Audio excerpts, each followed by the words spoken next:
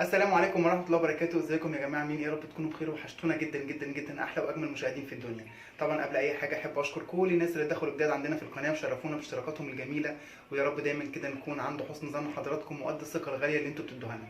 احب كمان افكر حضراتكم ان احنا بنستنى منكم دايما الدعم باللايك والاشتراك في القناة وتفعيل زر الجرس عشان يجيلكم كل جديد من الفيديوهات بتاعتنا باذن الله.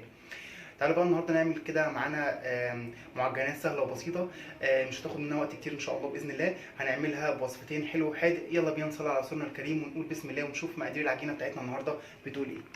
معايا النهارده للعجينه بتاعتنا احنا هنشتغل بكوبايتين من الدقيق. تمام؟ عايزين نزود زي ما حضراتكم عايزين.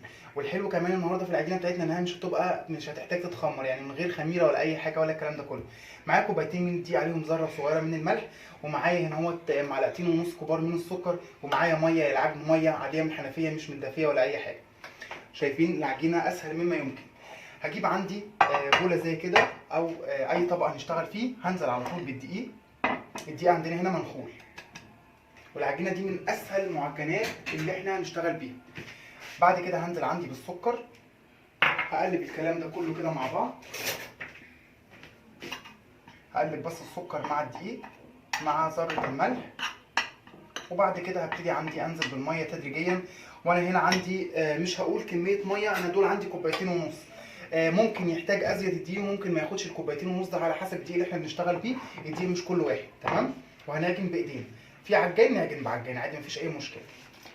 هنزل عندي كده شويه شويه بالميه لحد ما العجينه بتاعتي تلم تماما. واحنا هنا مش عايزينها عجينه تكون مش عايزينها تكون فيها تلزيقه، يعني العجينه بتاعتنا عايزينها تبقى عجينه لينه، مش ملزقه قوي يعني. هعجن بقى الكلام ده كله، وزي ما احنا قلنا يا جماعه هي مش محتاجه ميه دافيه لان ما فيهاش خميره.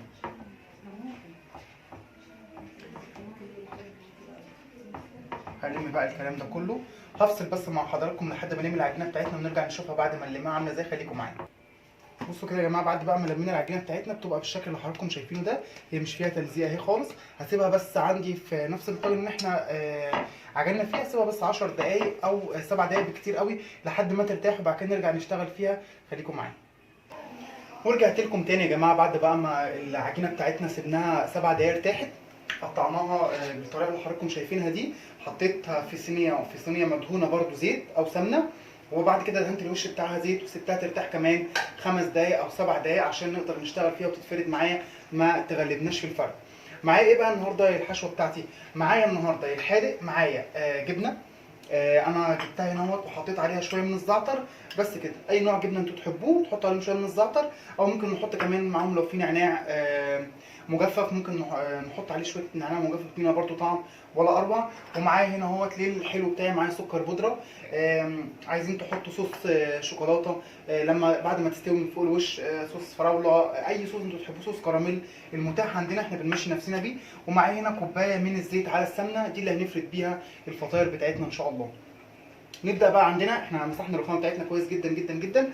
هجيب عندي هنا الفرشه بتاعتي، هدهن بس الرخامه سنه من الزيت وسنه من السمنه بالفطاير بتاعتنا. وهاخد كده العجينه بتاعتنا طريه جدا ومرنه جدا جدا جدا. هجيب بس النشابه وهفرد عندي العجينه بالطريقه دي. عجينه الفطاير دي يا جماعه ممكن كمان ما نفردهاش بالنشابه، ممكن نفردها بايدينا. يعني هي من كتر ما هي طريه وسهله وهتريحنا في الفرد، احنا ممكن بصوا انا ممكن افردها بايدي اصلا. شايفين؟ وهفضل ارق فيها كده بقى، احاول قدر الامكان ان انا ارققها عندي على قد ما اقدر.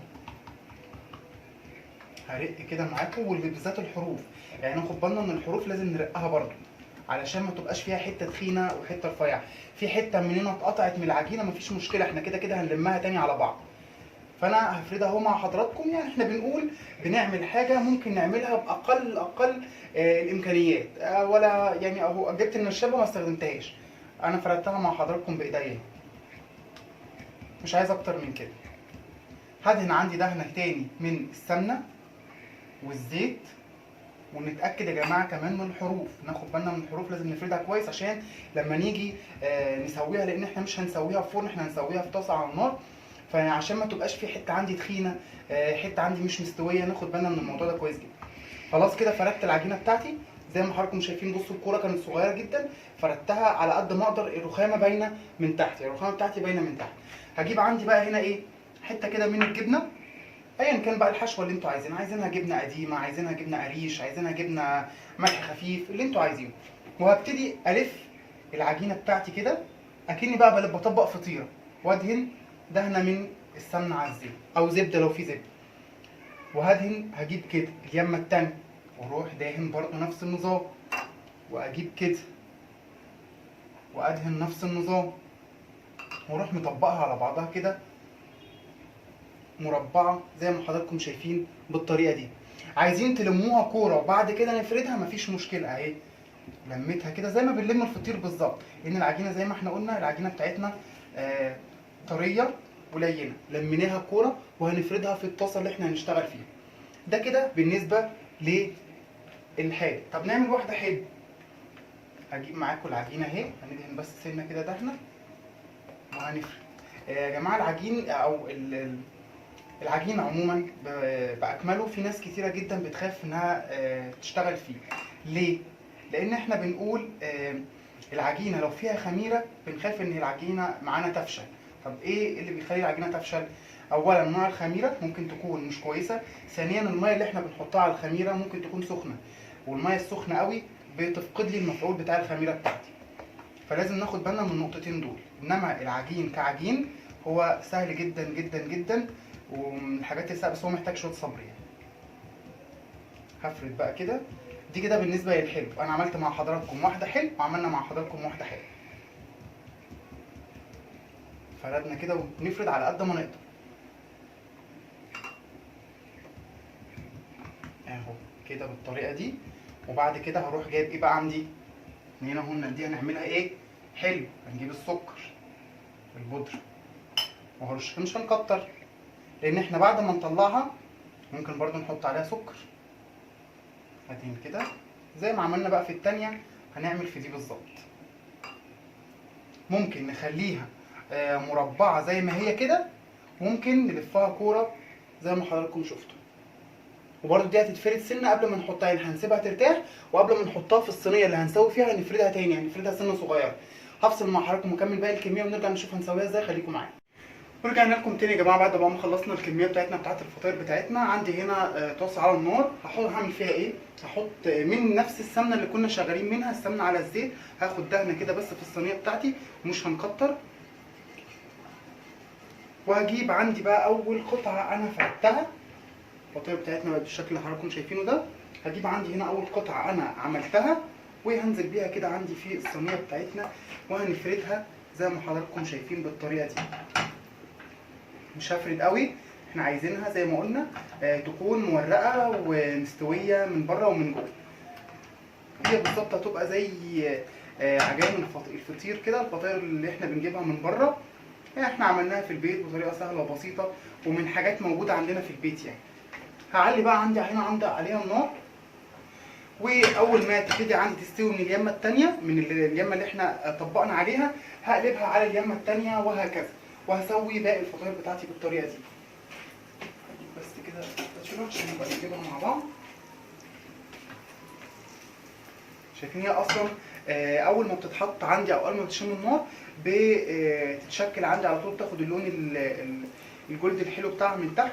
اول ما بتاخد اللون دوت بروح عليه بقى على طول على اليمه الثانيه.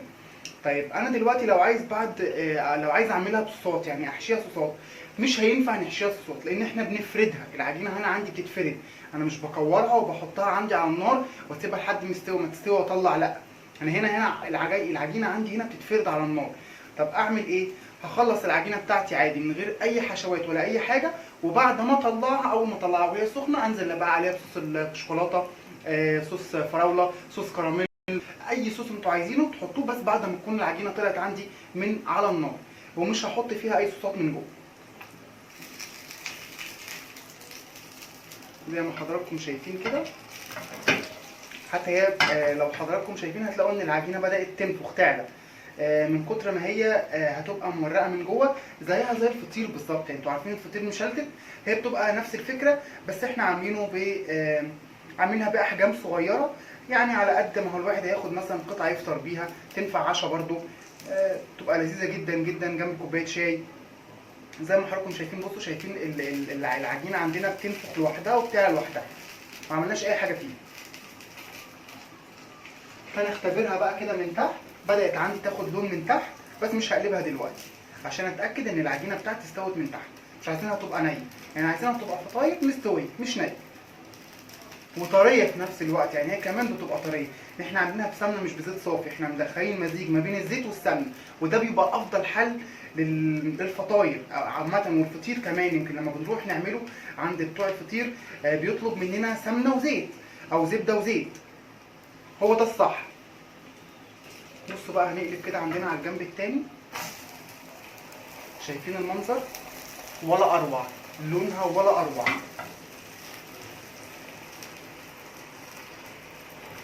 هتاخد نفس اللون من اليمه التانيه وهطلع وهكمل بقى باقي الكميه بتاعتي بهذه الطريقه.